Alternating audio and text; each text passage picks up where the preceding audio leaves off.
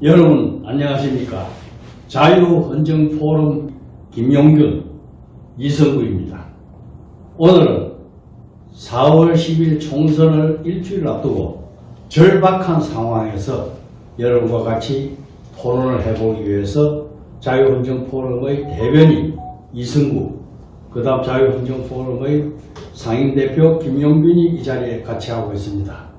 여러분, 자유헌정포럼은 국가와 민족을 위해서 총력을 바치는 그러한 전직 국회의원 300여 명의 여명과 함께 국가 지도자들이 여럿이 모여서 걱정을 하는 그런 단체입니다. 오늘 저희들이 이야기할 주제는 정치가 살아야 경제가 산다 하는 것입니다. 현재 선거에서 대판 문제, 무슨 사과감 문제 하면서 경제가 어렵다 이렇게 이야기를 하고 있는데, 이 경제가 어렵게 된 원인이 어디이며 또 이 경제를 살리기 위해서는 어떻게 우리가 해야 될 것이냐 하는 데 대해서 토론을 하면서 또 그와 관련된 몇 가지 언론 문제라든지 국회 심판 문제라든지 또 선거 이슈에 대한 것, 좀 더 상세한 내용이라든지 하는 것을 오늘 대화를 나눠보고자 합니다. 이 대변인 수고하십니다. 감사합니다. 우리가 이 흔히 말할 때 경제가 지금 어렵다고 하는데, 경제의 뿌리는 정치에서 나오는 것이라고 생각하는데 어떻게 생각하십니까? 그건 너무나 당연한 일입니다. 네. 그런데 현재 우리 경제가 어려운 것은 국민들이 모두 다 알다시피 문재인 정권에서 400조 이상의 지금 빚을 져가지고 나라 완전히 거덜을 내놓고 나갔어요. 500조 빚이 있던 나라에다가 5년 동안에 400조의 빚을 더 해놓고 나가버리니까, 서초동에서 제가 주로 점심을 사 먹는데 문재인 대통령 들어오기 직전까지 점심값이 5,000원이었어요. 지금 15,000원입니다. 이렇게 해놓고 나갔어요. 아파트 값이 5억 하는 게 15억씩 돼버렸어요. 이런 상황에서 지금 이 경제를 바로잡고 민생을 살리기 위해서 피눈물 나게 노력하는 이 윤석열 정권을 대파값이 올랐다, 사과값이 올랐다 이래가지고 때려잡고 있는 이런 허무한 상황, 이상한 그 얕은 상황에 대해서 어떻게 생각하시는지? 그건 말도 안 되는 말씀들 하시는데, 사실은 문재인 정권이 저질러 놓은 잘못만 빼면은 윤석열 대통령이 들어오시고 난 이후에 경제는 사실 상당히 좋아지고 있습니다. 어저께 지난 3월 그 수출입 동량 국제 수지를 보면 모두 흑자입니다 지금. 그리고 6개월 이상 지금 흑자 계속되고 있고, 특히 그 IT 산업에 대한 해외 수요가 굉장히 늘어나가지고 우리나라 기업들이 아주 휘파람을 불고 있습니다.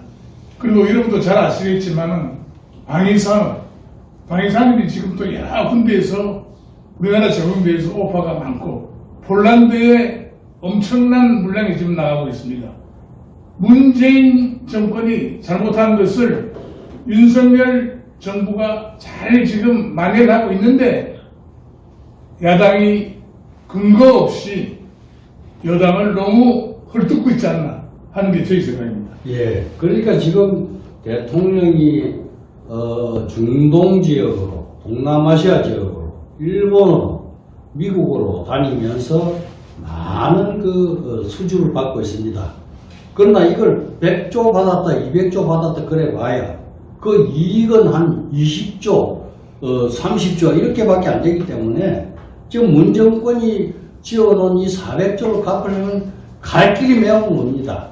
이런 절박한 상황에서도 이 사람들은 윤 대통령이 무지하다, 무능하다 이런 식의 엉뚱한 그 비난을 하면서 정권 비난에 몰두를 하고 있는데, 현재 이 시대적 과제는 정권 심판이 아니고 국회 심판으로 봐야 할 것입니다. 지난 4년 동안 좌파들이 거의 200석에 가까운 180석 이상의 의석을 점령해가지고 국회를 얼마나 망쳐놨고, 또 국민이 필요한 민생 법안을 얼마나 많이 좌절시켰고, 국가의 전진을 얼마나 막고 있었는지에 대해서 그 국회 심판을 하는 이 자리에서 오히려 뚱딴지같이 정권 심판 운운하면서 국민들을 현혹시키고 있는 것입니다. 여기에 대해서 어떻게 생각하십니까? 아니, 그건 뭐 모든 국민들이 너무나 잘 아실 겁니다. 예. 지난 2년 동안 네. 거대 의석을 가진 야당이 국회에서 저지른 만행은 이루 말할 수가 없습니다. 특히 우리나라의 가장 주력 산업인 반도체에 관한 법을 통과시켜주지 않아가지고 참 반도체가 그동안에 참 어려움을 겪었고, 특히 세계에서 제1위를 달리던 삼성전자가 대만에게 눌려가지고 지금 상당히 고전하고 있는 것도 다 야당의 발목 잡기 때문에 그렇게 된 것입니다. 그건 뭐 국민들이 너무 잘 알 테니까 굳이 저희들이 새삼 강조할 필요가 없습니다.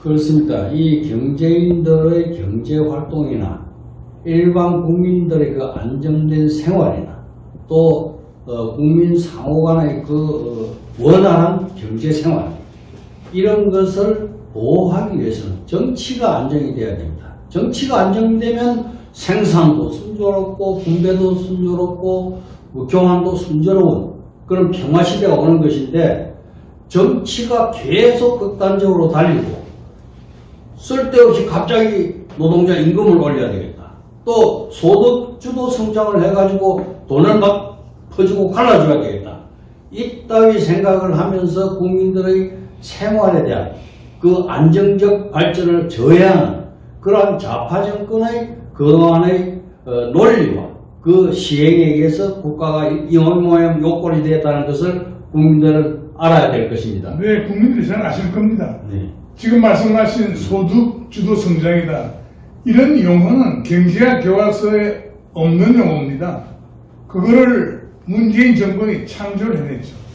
그래가지고 완전히 그냥 경제 전체가 완전히 파탄을 해가지고 참 어려웠습니다만, 그래도 지난 2년간 윤석열 대통령이 들어와가지고 많은 노력을 하고 아낄 거 아끼고 해서 지금 겨우 궤도에 올려놓은 게 우리 경제가 아닌가, 그런 생각이 듭니다. 네.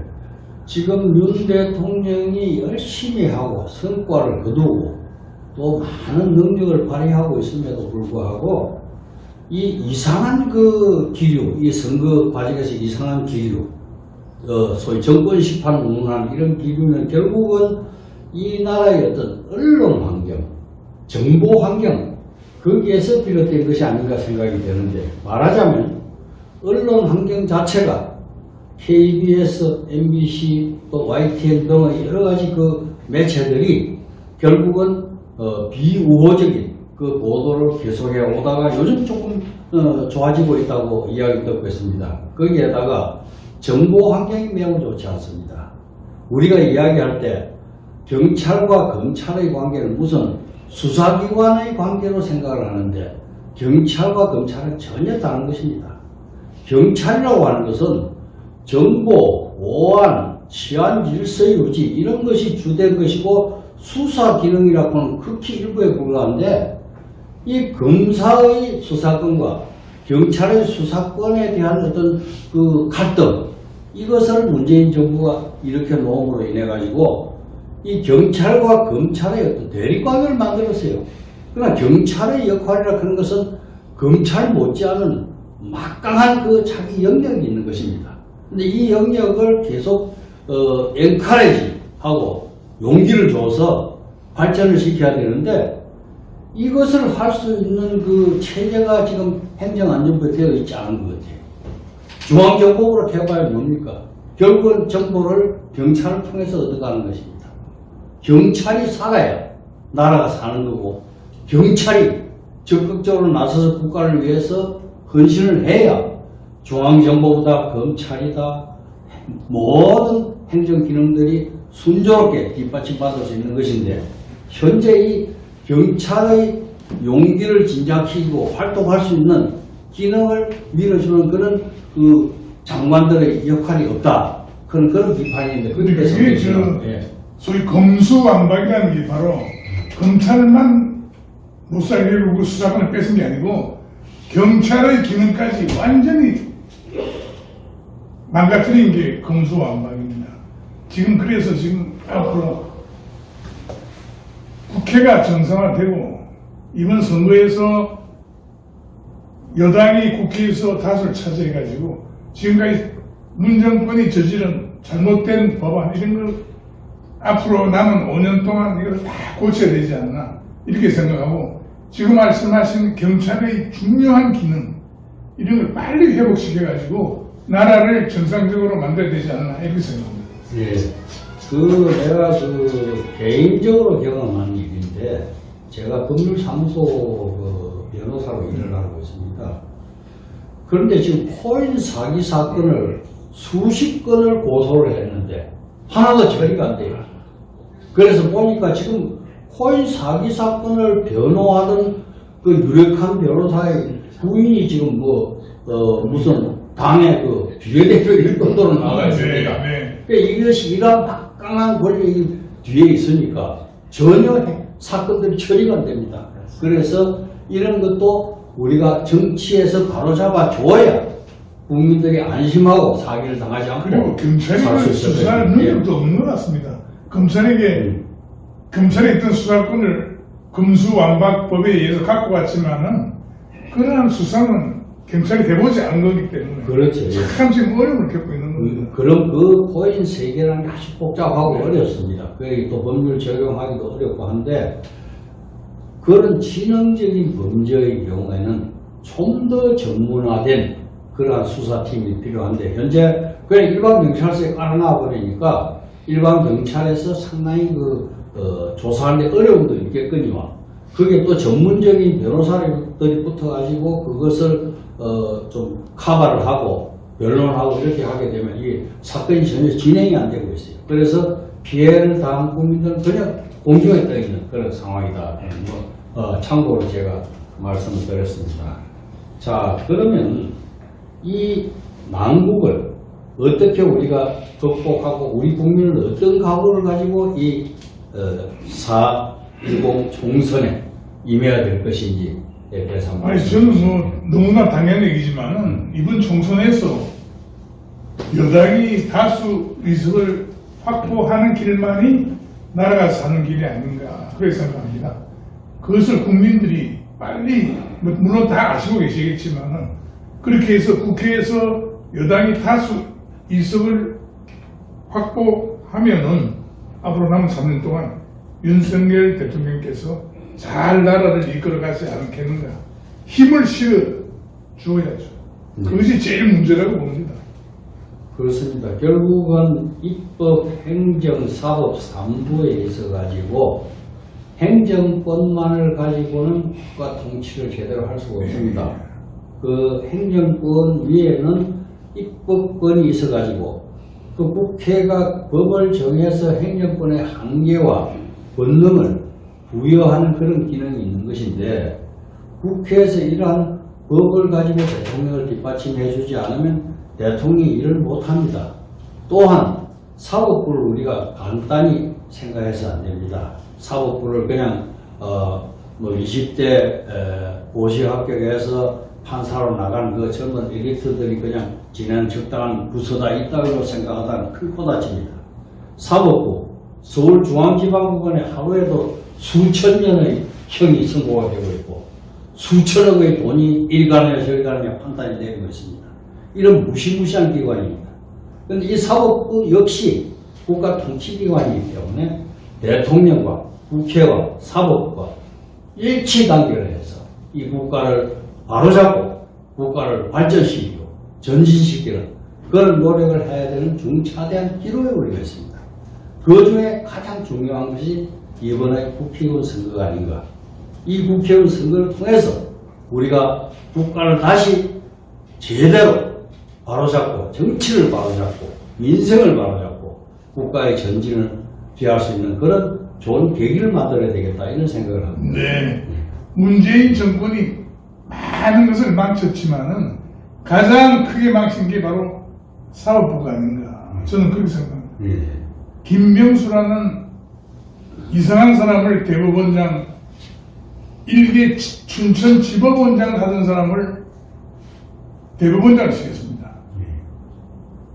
육군 중위를 사단장을 시킨 게 아니냐 누가 뭐 그런 비유를 하던 사람도 있습니다만 김명수라는 분이 5년 동안 대법원장을 하면서 사법부를 철저히 망가뜨렸죠.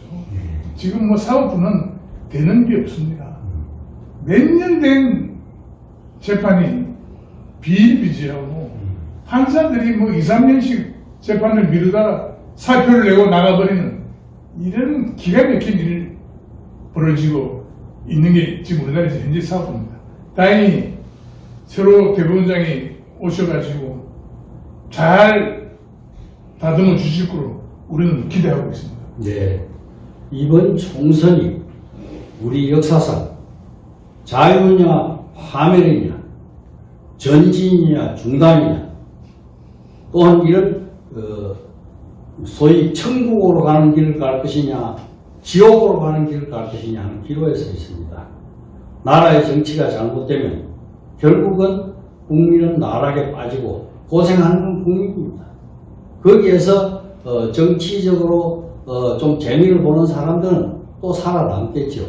그러나 제일 비참한 것이 국민이 될 것입니다. 나라가 망하면 국민은 더욱더 지금 저게 우크라이나 그 피난민들 또 팔레스타인 피난민들 그 처참한 상황을 우리가 보고 있지 않습니까? 정치가 잘못되면 아차한 사이에 그냥 폐허해서 굶으면서 눈물 흘리는 그런 백성이 되는 것입니다. 우리 모두 다 같이 우리 이 중차대한 시기에 새로운 분기탱천한 결의를 가지고 이 민족의 장래를 열어가야 되겠습니다. 여러분 감사합니다. 감사합니다.